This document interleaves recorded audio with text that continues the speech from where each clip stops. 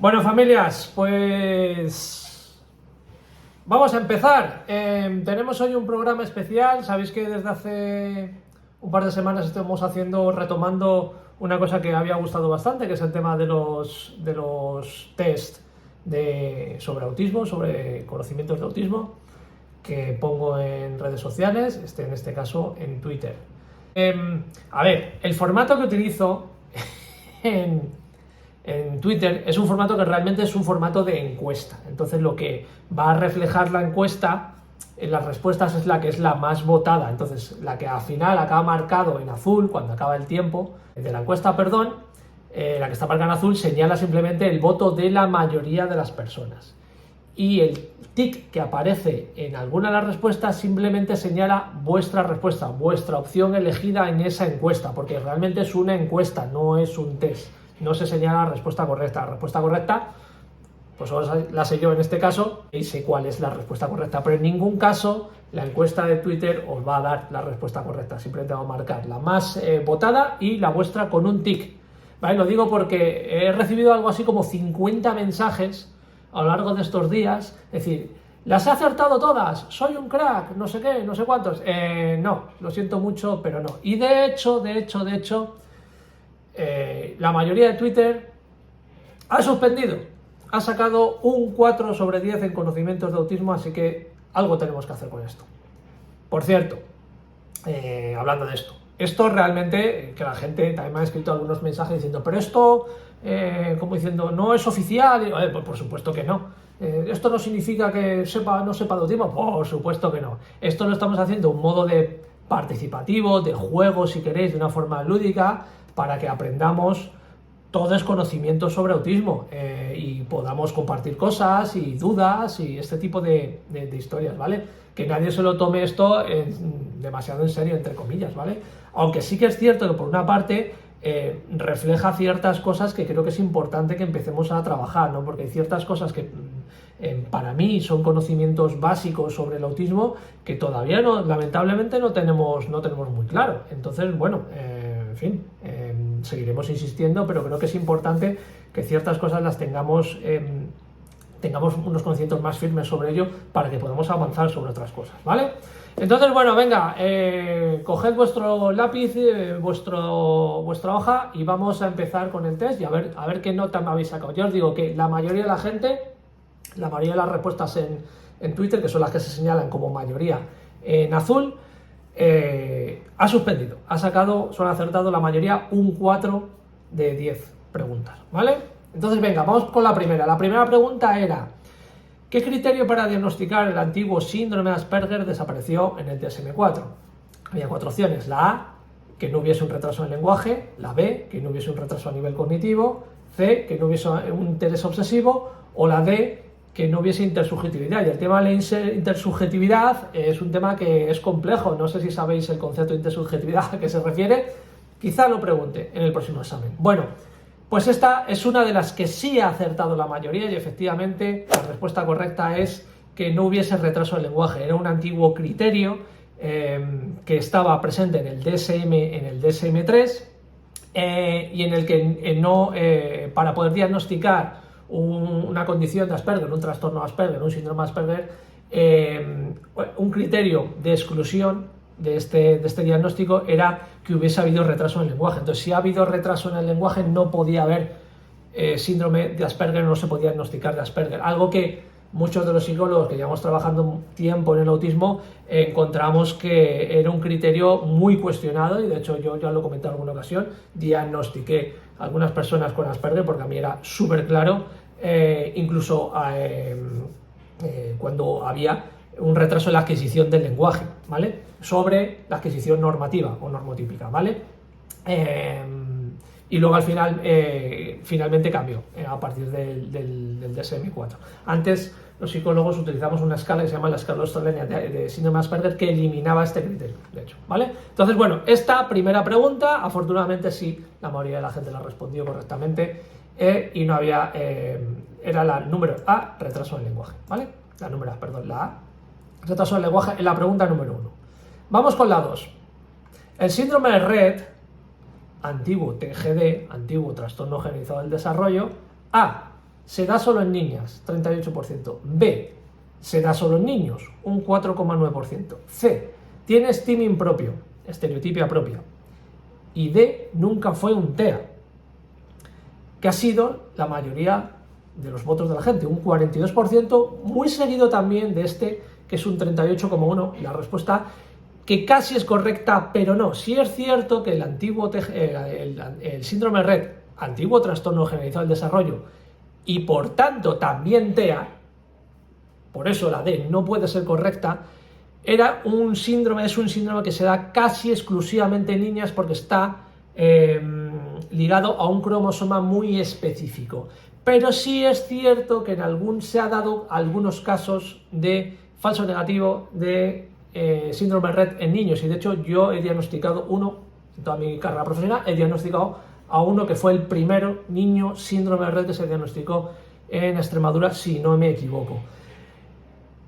Entonces, no es ni la respuesta A, porque no es casi exclusivo en niñas, pero no es exclusivo, se da solo en niños, desde luego que no, que esa sí que la ha votado poca gente, por lo tanto, desde luego es la correcta. Nunca fue un TEA, no puede ser correcto, porque sí es un TEA, y tiene, la respuesta correcta era que tienen un steaming propio, y el steaming propio que tienen principalmente las niñas con síndrome Rett se denomina el lavado de manos. Es un steaming que es como este movimiento similar a este y también este, ¿vale? Es un steaming que es muy cuasi exclusivo del síndrome Rett, ¿vale? La respuesta correcta en la pregunta número 2 es la C, tiene steaming propio, y de hecho alguna persona me lo ha comentado que la habían acertado, la conocían de algunos de mis vídeos o algunas de mis publicaciones, algunos de mis tweets, ¿vale? Vamos con la tercera pregunta. El trastorno desintegrativo infantil o de la infancia se asocia a la esquizofrenia por su carácter A, químico, B, cíclico, C, caótico, D, delirante. Bueno, esto era una pregunta con cierta trampa con el tema de la esquizofrenia asociada a los delirios, y es la que ha señalado la mayoría de la gente, un 44,5%, pero no es correcto. Se asocia el trastorno desintegrativo infantil a la esquizofrenia y por eso se confundía, y en el diagnóstico diferencial era muy importante diferenciar por qué, y es por el carácter cíclico. En trastorno desintegrativo infantil se da como una serie de subidas y bajadas a nivel de desarrollo. Hay una cierta pérdida de capacidades que luego se pueden recuperar, luego hay otra pérdida muy abrupta. Yo solo he visto dos casos, creo que sí, de trastorno desintegrativo infantil en mi carrera. Es un trastorno muy difícil, muy discapacitante, y la verdad es que causa una sensación de desamparo y de dificultad de intervención muy grande por este carácter cambiante. Ese carácter cambiante, por así decirlo, cíclico, se asociaba a las crisis de las personas con esquizofrenia, en los que pueden estar en un momento dado muy bien y de repente tener esos picos, esas crisis y ese cambio tan brutal, ¿no? Y se asociaba muchas veces a esto, pero era por el carácter cíclico, ¿vale? La respuesta correcta aquí es la número B, ¿vale? Y esta la acertó solo un 17%. Vamos allá, la 4. Los rituales en autismo se diferencian de los rituales en trastorno obsesivo compulsivo porque en este último, A, son cíclicos, B, son permanentes, C, no se disfrutan, D, generan dependencia. Esta es una de las que ha acertado la mayoría, una de las 4 que ha acertado la mayoría, efectivamente es la C, no se disfruta, uno de los criterios, no el único, y esto lo he comentado también varias veces, por la que se diferencia un ritual autista de un ritual del TOC, es que en el TOC no se disfruta, de hecho es fuente de sufrimiento el tener que realizar ese comportamiento, ese ritual obsesivo compulsivo. En cambio, en autismo no, los rituales por lo general son de satisfacción, de hiperfocalización, de defensa incluso en algunos momentos, pero se disfrutan, son agradables para la persona que los realiza. En el TOC generan este sentimiento de rechazo y de frustración y de dependencia de realizarlo, ¿vale? La respuesta correcta era la C, y esto es cierto que lo ha acertado el 52,1% de Twitter. A este ha habido 350 votos. Vamos con la número 5, si os parece. ¿Cómo vais por ahora? ¿Estáis acertando? Comentadme, ¿qué nota lleváis? A ver si, no sé, la gente que comenta es la que más ha acertado y la mayoría de la gente de Twitter no sigue estos directos, estos vídeos. Venga, vamos allá. Una de las señales de la primera fase del meltdown en autismo, estadio latente, es A, la hiperfocalización, B, la sudoración, C, la falta de atención, D, la disfunción, así a nivel global. Esta era una pregunta que era realmente difícil, ¿de acuerdo? Sí es cierto que lo de la falta de atención llama mucho la atención, valga la redundancia, porque si se producen ciertos procesos a nivel cognitivo de desregulación, por así decirlo, en la primera fase del meltdown, por los triggers que disparan, la activación, el arousal, etcétera, que pueden llevar a pensar que hay un déficit de atención, pero realmente no es que haya un déficit de atención. Realmente puede haber que hay un estado de confusión, por así decirlo, o de búsqueda de lo que a veces se encuentra, que es la hiperfocalización, que sería la respuesta correcta. Sería una de las señales, y además una de las cosas que tenéis que tener, prestar atención a las personas en el espectro y también los familiares, es que cuando una persona está en este estado latente de inicio del meltdown, en el que sí podemos intervenir, hacer una intervención, la persona en el espectro tiende a intentar hiperfocalizar en algo.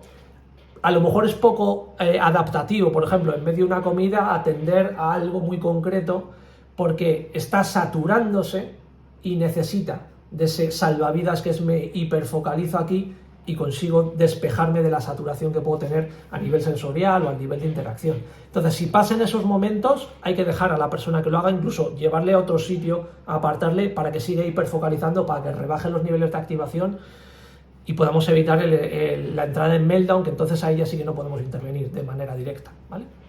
Pero sí, esta era difícil, soy consciente de ello, pero la respuesta correcta sería la A, la hiperfocalización.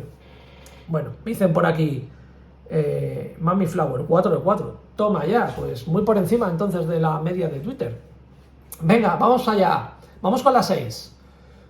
Esta era fácil, ¿vale? Esta es la que ha acertado el 64,6%, que es la A, ¿vale? Una diferencia entre una rabia y un meltdown es que en la primera siempre hay cierto control, ¿vale? Se quiere conseguir algo y hay una conciencia de por qué, cierta conciencia de por qué estoy realizando esto, ¿vale? Que cuando lo obtengo, a lo mejor lo que quiero, se acaba la rabita de un momento a otro. En el meltdown no hay control, ¿de acuerdo? Entonces, la respuesta correcta, esta es la más sencilla, la acertado el 64,6%, la respuesta correcta es la A, ¿de acuerdo? Hay cierto control, ¿vale? Venga, por aquí, la número 7, la principal diferencia, esta iba con un poco de trampiña, he pinchado ahí en lo emocional. La principal diferencia entre los procesos de imitación de neurotípicos y de las personas autistas es que la persona en el espectro es A, una estrategia, B, espontánea, C, por supervivencia, D, rígida. La mayoría de la gente ha elegido la respuesta a nivel emocional, pero que no es cuantificable, por así decirlo, que es por supervivencia, que es demasiado ambiguo como para darlo válido como respuesta, ¿vale? Y luego hay mucha gente que ha elegido que es una estrategia. Una de las razones por las que los procesos de masking no son efectivos es porque son muy rígidos. Se extrapolan esquemas de comportamiento, por ejemplo, de otros contextos, que puede ser incluso series de televisión, a la vida, pero no encaja bien y no se produce ese aspecto de flexibilidad, como con el tema de los prototipos que hablamos el otro día, de ese prototipo flexible para poder adaptarlo, y por eso muchas veces no encaja. Y es como, ¿por qué no funciona esto, no? ¿Y por qué me produce tal saturación? Porque o se produce de una forma, se realiza de una forma tan automática, que ya hablamos incluso de que el proceso de masking pasa a incluso una desrealización, que es súper peligrosa, o es tan rígida que no encaja bien y fracasa, y se produce la frustración y el abandono. Entonces la respuesta correcta aquí era difícil, no soy consciente, es la D, la rígida, ¿vale? Venga, vamos con la 8. Una persona que ha realizado mucho masking es habitual que haya recibido un diagnóstico de A, trastorno límite de la personalidad, TLP, B, TDAH, trastorno por déficit de atención y o hiperactividad, C, trastorno de identidad y asociativo, y D, A y C son correctas, 59,9%. acertado. Era otra de las que la mayoría de la gente en Twitter, de los 307 votos que ha habido en esta pregunta, la ha acertado y efectivamente es muy normal que en gente que ha realizado mucho más que a lo largo de su vida, se ve sobre todo en mujeres adultas, aunque también en varones, es que hayan recibido diagnósticos previos de identidad disociativa, porque sí es cierto que se pueden producir disociaciones y desrealizaciones, y ese cajón desastre de no sé qué es lo que tienes o sé lo que te pasa, pero está claro que te pasa algo y es malo, de trastorno límite de la personalidad, ¿vale? Entonces la respuesta correcta efectivamente es la D. A y C son correctas, ¿vale? Vamos con la 9. Venga, una persona en el espectro, en comparación con una persona neurotípica, se regula a nivel emocional. Está más sorprendido que la hayáis fallado, la mayoría de las personas. Más lenta e intensa es el 41,2%, la respuesta más elegida en Twitter. La A era más rápida y volátil, la C más lenta y volátil, la B, que he puesto dos Cs, ahora me doy cuenta del error. La C más lenta e intensa, que la elegí la mayoría, y la D más rápida e intensa. Una persona en el espectro, su regulación de media por lo general siempre es mucho más rápida e intensa, alcanzando picos muy altos y hundiéndose mucho en los bajos también, mucho más que una persona neurotípica, de una forma muchísimo más rápida y muchísimo más intensa. Esta es una cosa que señalaba en un esquema, si no me equivoco lo tengo por aquí, a ver si lo encuentro, de la guía autista, para que os hicieseis una idea a nivel visual de las dificultades muchas veces que también hay en interacción con personas neurotípicas, por la diferencia que hay en cuanto a la regulación. ¿Ves? La onda neurotípica es más lenta y menos intensa, y la onda, que no es una onda, que es un pico, esto evidentemente es un constructo a nivel psicológico, no significa que sea siempre así, pero que siempre es más intensa y más rápida, sube y baja más rápido que la neurotípica. Entonces la respuesta correcta es la D, más rápida e intensa, ¿vale? Y vamos con la última. La literalidad en autismo también comprende aspectos como... Esta también va con un poco de trampiña y era difícil. A, la intencionalidad. B, la temporalidad. C, la causalidad. Y la D, A y B, intencionalidad y temporalidad, son correctas. Es lo que ha elegido la mayoría de la gente, pero no es correcto. La respuesta correcta aquí es la temporalidad, es decir, la intencionalidad no la podemos asociar a la literalidad. En todo caso, podríamos decir la teoría de la mente, la intención que tienes. La causalidad, igualmente, no tiene que ver con la literalidad.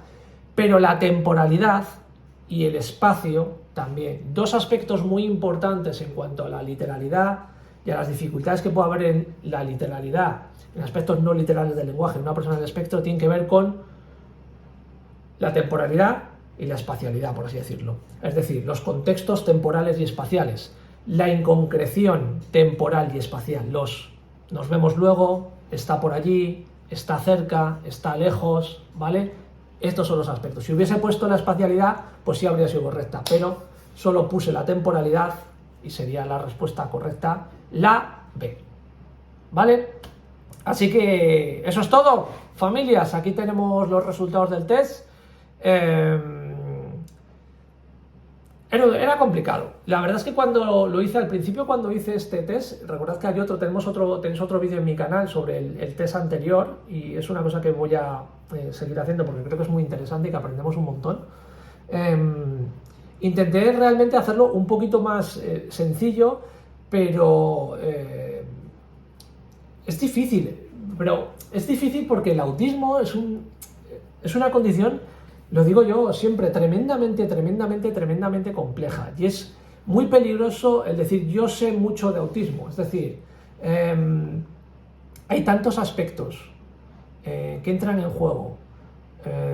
Con cualquiera de las preguntas estas que he realizado, si las pudiésemos desglosar, podría sacarme 60 preguntas de cada una de ellas. Es tremendamente complicado. Entonces, tenemos que ser todos más humildes en cuanto, los profesionales los primeros, en cuanto a llamarnos expertos en autismo, porque es muy compleja la condición. Personas que llevamos muchísimo tiempo trabajando en ello, seguimos aprendiendo. Personas autistas que, por muy bien que se conozcan, tenéis que seguir aprendiendo de vuestra condición porque es la forma en la que podéis conoceros mejor, podéis explicarlo mejor y podéis vivir mucho mejor. Entonces es súper importante que sigamos haciendo estas cosas con estos formatos y creo que os ha gustado un montón. Lo seguiré haciendo porque creo que está guay. Es muy divertido, es muy interactivo, creo que aprendemos y lo seguiré haciendo, pero es importante que sigamos aprendiendo de autismo. Muchas de las cosas que comento que han salido en este test, aquí voy a hacer un poco de promo, las vamos a desarrollar en el taller ya tengo mi diagnóstico yo aquí, del próximo día 2 de julio, ¿de acuerdo? A este respecto, me siguen preguntando, ¿sigue habiendo plazas? Sí, ¿cómo lo hago para apuntarme? A ver, está toda la información en la página web, pero la repito. Para apuntarte, si eres profesional, hay que pasar por caja. Tienes que pagar o bien con transferencia, o por Bizum o por PayPal. Una vez nos llega la transferencia, como ya tenemos tu correo electrónico, si nos envías un correo, apuntamos ese correo electrónico y te enviaremos invitación para el día 2 para que asistas o bien en directo o bien en diferido puedas ver el taller. Si eres un familiar, me tienes que enviar un diagnóstico de tu peque o de tu familiar. Tiene que ser un diagnóstico en firme. Hoy, por ejemplo, me ha llegado un diagnóstico que es sospecha de tal. No, tiene que ser un diagnóstico en firme de autismo, ¿vale? De TEA, de TGD, de autismo. Pero tiene que ser en firme, no un estudio preliminar con un A2, por ejemplo, que es una cosa que me han mandado hoy. Bueno, lo hablamos si queréis, si me enviáis pues lo hablamos. A lo mejor pues podéis acogeros al descuento de familiares, ¿vale? Estudiante, si estás estudiando, envíame tu carnet de estudiante, por ejemplo, y te confirmaré que puedes hacer el pago al 50% para asistir al taller. Hoy hemos hecho el ensayo del taller. El material es tremendamente potente, muy potente. Es la formación corta que he visto yo, más espectacular. No es porque la haya hecho mi equipo, pero es alucinante en la cantidad de contenido que va a haber en este taller. O sea, os lo digo realmente en serio. Tengo muchísimas ganas de hacerlo porque vamos a tratar temas fundamentales sobre el diagnóstico y todo lo que hay alrededor, qué tenemos que saber, qué tenemos que conocer, qué podemos esperar también de un diagnóstico, es la parte que me voy a encargar yo. Que no lo he visto en ningún sitio, pero en ningún sitio del mundo mundial, es decir, en España desde luego, pero es que tampoco lo he visto en Estados Unidos, lo he visto en Inglaterra, que es lo que más suelo mirar, de las asociaciones que hay allí, y no he visto este contenido en ningún sitio. Entonces, de verdad, créeme que creo que merece mucho la pena. Si no podéis estar en directo, en serio, apuntaros al taller para verlo en diferido, porque está lleno de un contenido que es con un valor incalculable, que desde luego para mí vale mucho más que 70 euros. Recordad que las personas en el espectro podéis verlo, podéis apuntaros de manera gratuita. Hay unas 200 personas apuntadas, la mayoría personas autistas, que es algo que me congratula enormemente. Estoy estos días respondiendo correos sin parar sobre el tema del taller. Si os habéis apuntado, no os preocupéis, en unos días, seguramente la semana que viene, a principios de la semana que viene, que es cuando cree el evento en Zoom, os llegará el correo, como siempre. Si no, pondré un mensaje en redes. Si no os llega, me escribís y os lo vuelvo a enviar, que es lo que pasó. Habrá que registrarse en el evento, también para poder daros este certificado de asistencia, por así decirlo, ¿vale? Así que nada, familias, pues nada, volveremos a hacer otro test, seguramente la semana que viene no, pero posiblemente en un par de semanas volvamos a hacer otro. Y nada, muchísimas ganas de veros a todas el próximo, sábado no, el siguiente sábado, en el taller, que creo que va a estar muy chulo, ¿vale? Así que nada, familias, comentadme, ponedme en comentarios por aquí en YouTube si queréis cuál ha sido vuestro resultado, o en Twitter cuando publique el vídeo. Y si habéis suspendido, ánimo, que seguro que podéis aprobar en el próximo examen, ¿vale? Venga, cuidaros mucho, chao.